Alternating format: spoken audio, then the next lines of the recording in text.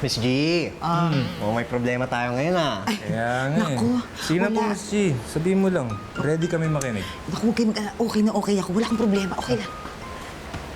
Hindi, Miss G. Pakiramdam ko talaga may problema ka ngayon. Baka nga Sige na. Makikinig kami.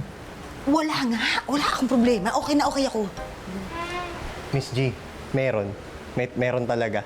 May problema ka. Miss G naman, huwag ka mahiya. I-share mo na sa amin. Wala nga akong problema. Baka ba mas marunong pa kayo sa akin? Meron talaga. Kaya nga Wala akong problema! Huwag kayo mas marunong sa nararamdaman ko. Wala akong problema. Okay ako. Sorry po. Loka kayo. Go naman. Miss G, may problema po kayo? Wala nga! Bakit ba? Pag sinabi kong wala akong problema, mas okay na okay ako! Ito naman si Miss G, nagtatanong lang. Hyper agad, G na G agad. Ito naman